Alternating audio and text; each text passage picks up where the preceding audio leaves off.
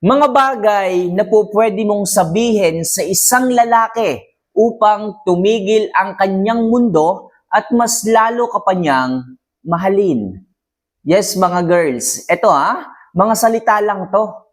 Mga parirala at pangungusap lang to na kapag narinig ng isang lalaki pagdating sa iyo o mula sa iyo, talagang titigil ang mundo ng mga yan at syempre mas mamahalin ka pa niya ng sobra. Kaya mga kamamay, kung excited ka na malaman, marinig yung mga bagay na sasabihin ko, huwag mo naman sanang kalimutan na mag-subscribe, mag-like, at syempre mag-comment na rin sa ibaba sapagkat malaki yung may tutulong niyan dito sa ating munting channel. Kaya kung nagawa nyo na po yan mga kamamay, maraming salamat at umpisahan na natin ang ating topic ngayong gabi na to. Okay? So ano nga ba yung mga bagay na po pwede mong sabihin, iparinig sa isang lalaki upang tumigil ang kanyang mundo at mas lalo ka pa niyang mahalin? So number 1, walang sandaling hindi kita minahal.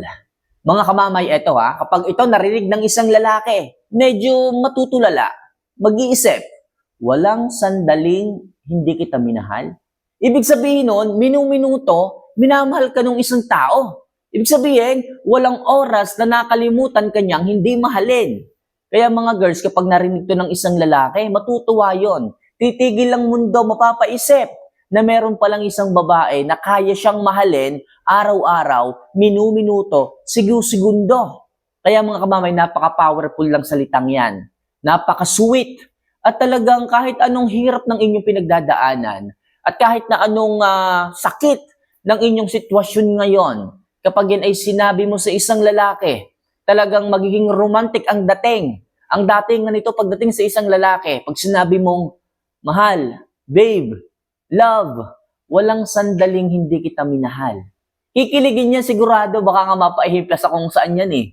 Kaya mga kamamay, isang tips lang yan sabihin mo yan. Sigurado ako, titigil ang mundo ng isang lalaki at mas lalo ka pa niyang mamahalin. Walang sandaling hindi kita minahal. Alright? So next, kakayanin natin ang lahat ng magkasama. Yes, mga kamamay, kapag malinaw sa bawat isa, especially pagdating sa isang lalaki, pag sinabi mo yan, kakayanin natin ang lahat ng magkasama.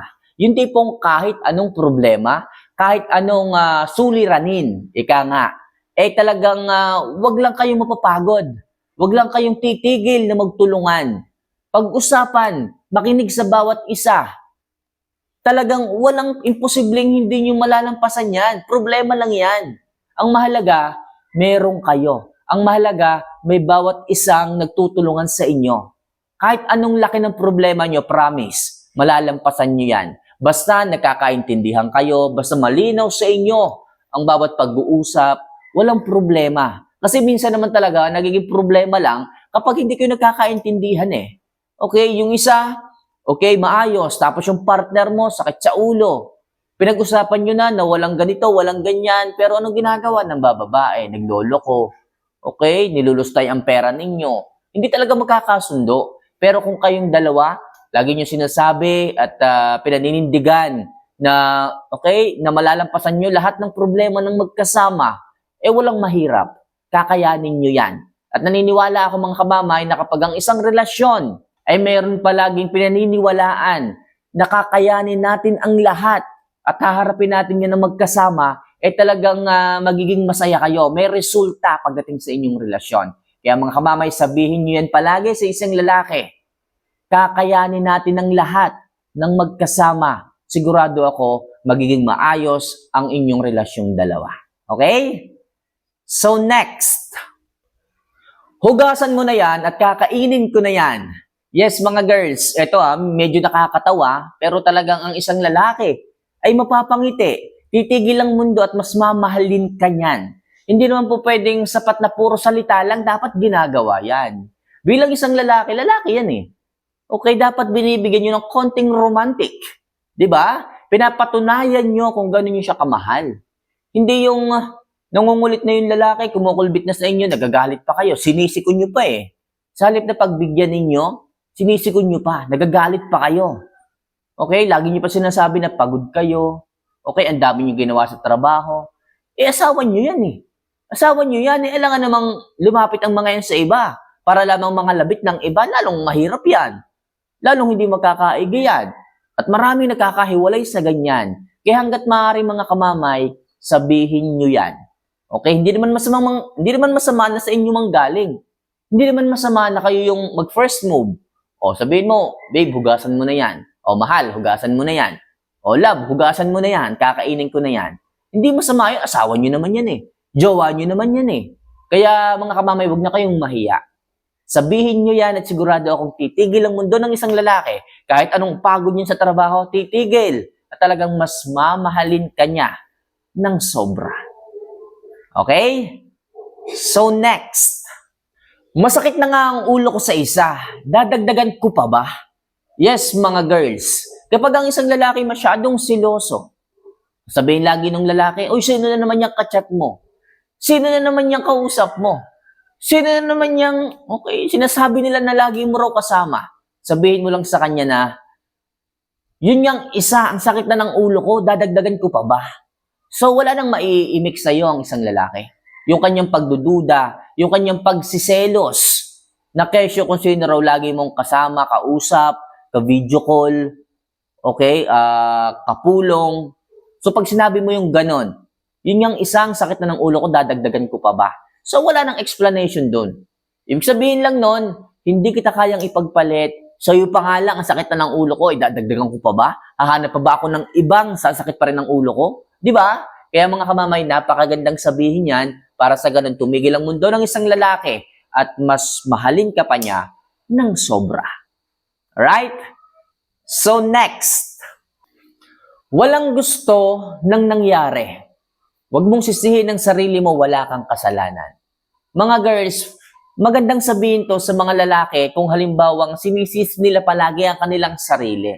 Kung halimbawa may nangyaring hindi maganda, okay? Meron kayong pinagdadaan ng isang sitwasyon na tipong wala naman talagang dapat sisihin. Kaso yung lalaki o may mga lalaki talagang ibine-blame nila yung kanilang sarili na kasalanan ko to eh. Kung hindi dahil nagpabaya ako, hindi sana mangyayari. So bilang isang babaeng nagmamahal sa kanya, sabihin mo sa kanya na hindi mo kailangan sisihin ang sarili mo. Wala namang may gusto nung nangyari. Huwag kang mag-alala, hindi ka naman namin sinisisi. Pag sinabi mo yon, sigurado ang isang lalaki mapapaisip. Titigil ang mundo at mas mamahalin ka niya kasi hindi mo siya sinisisi at ipinapaalala mo sa kanya na hindi siya kailangan mag-alala. Hindi niya dapat sinisisi ang kanyang sarili sapagkat wala naman talagang may gusto. Sa ganung paraan, hihinahon. Mas mamahalin ka ng isang lalaki kapag ganyan. Sapagkat, yun nga, hindi mo siya sinisisi. At yung tutusin, wala naman talagang dapat sisihin kasi walang may gusto nung nangyari. Kaya kung sasabihin mo yun sa kanya kamamay, mahihinto, okay, ang ginagawang paninisi ng isang lalaki sa kanyang sarili at mas mamahalin ka niya. Simpleng pangungusap lang yan, pero napakalaki ng impact, napakalaki ng, ng factor pagdating sa kanya. Mas mamahalin ka niya, titigil ang mundo ng isang lalaki, at mas ipararamdam niya sa'yo ang pagmamahal. Kaya mga kamamay, sabihin mo lang yon. Walang may gusto nang nangyari, huwag mong sisihin ang sarili mo. Okay? So next, wala kang dapat ipangamba. At dapat ikaselos, ikaw lang, walang iba.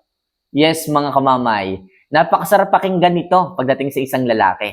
Yung tipong hindi kasi natin minsan maiiwasan eh. Kapag yung mga lalaki, mahal na mahal kayo, sa sobrang pagmamahal, nagsiselos na eh.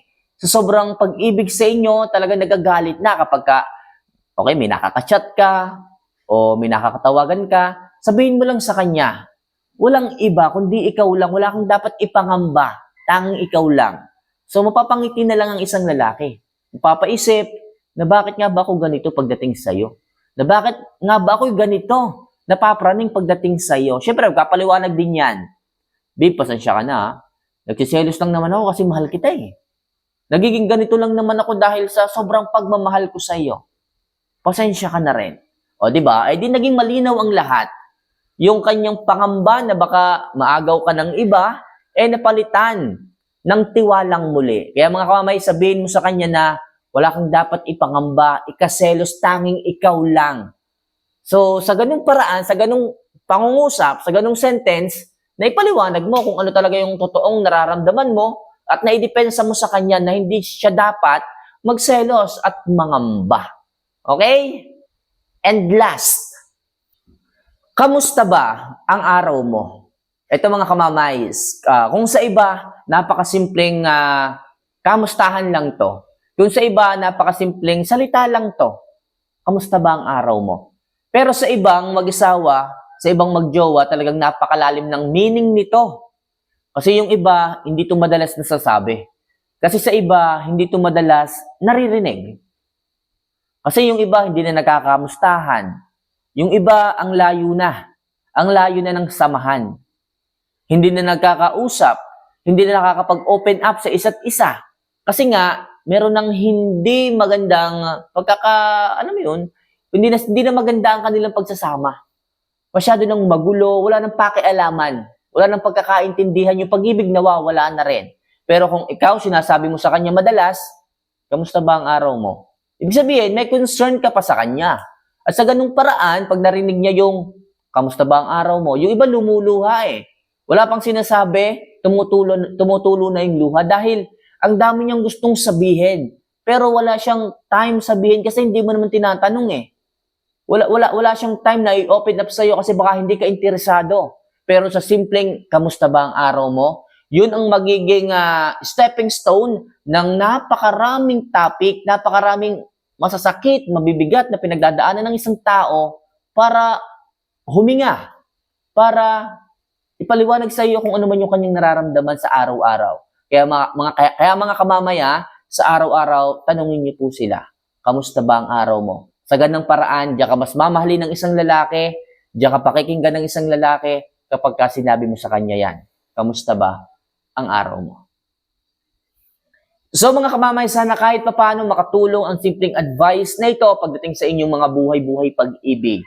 So for more videos and love advice na kagaya nito, huwag niyo sana kalimutan na mag-subscribe, mag-like at mag-comment na rin sa ibaba ng video na to. So mga kamamay, mahal ko po kayo. Sa mga gusto magpa-love advice, okay, magpapayo, magpa-coach, tawagan nyo lang po ako. Ako po mismo ang magbibigay ng angkop na love advice para sa inyo. So see you for our next vlog. Mahal ko po kayo. Paalam.